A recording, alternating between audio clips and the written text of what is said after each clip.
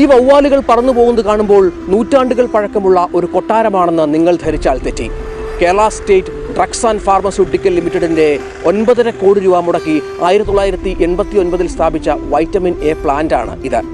ഇപ്പോൾ ഇത്തരത്തിൽ ഒരു പ്ലാന്റ് സ്ഥാപിക്കണമെങ്കിൽ ഏതാണ്ട് 450 കോടി രൂപ വേണ്ടിവരുമെന്നാണ് സർക്കാർ ഏജൻസികൾ തന്നെ കണക്കാക്കിയത്.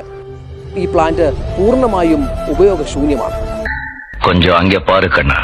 വിറ്റുവരവിൽ 100 കോടി പിന്നിട്ട് പൊതുമേഖലാ സ്ഥാപനമായ KSDP. ചരിത്രത്തിൽ ആദ്യമായി ഈ മരുന്ന് നിർമ്മാണ കമ്പനി ഇത്ര വലിയ നേട്ടം കൈവരിക്കുന്നത്. കോവിഡ് കാലത്ത് സംസ്ഥാനത്തുടനീളം മിതമായ നിരക്കിൽ സാനിറ്റൈസർ എത്തിച്ചതും KSDP ആണ്. 2003 മുതൽ 2006 വരെ പ്രവർത്തനം തന്നെ നിലച്ചുപോയൊരു സ്ഥാപനമാണ് ഈ സാമ്പത്തിക വർഷത്തിന്റെ ഒരു പാദം ബാക്കി നിൽക്കെ ഇത്ര വലിയ നേട്ടം കൈവരിച്ചിരിക്കുന്നത്. ഈ വർഷം ഇതുവരെ 13 കോടിയോളം രൂപയുടെ ലാഭമാണ് ആലപ്പുഴയിലെ KSDPയെ ഉണ്ടാക്കാനായത്. 2016 മുതൽ പടിപടിയായി ഉയർന്ന ഉൽപാദനവും വിപണനവുമാണ് മികച്ച നേട്ടത്തിലേക്കെത്താൻ സ്ഥാപനത്തെ സഹായിച്ചത്. KSDPയിൽ പുതിയ ഇഞ്ചക്ഷൻ പ്ലാന്റിന്റെ നിർമ്മാണം നടന്നുവരികയാണ്.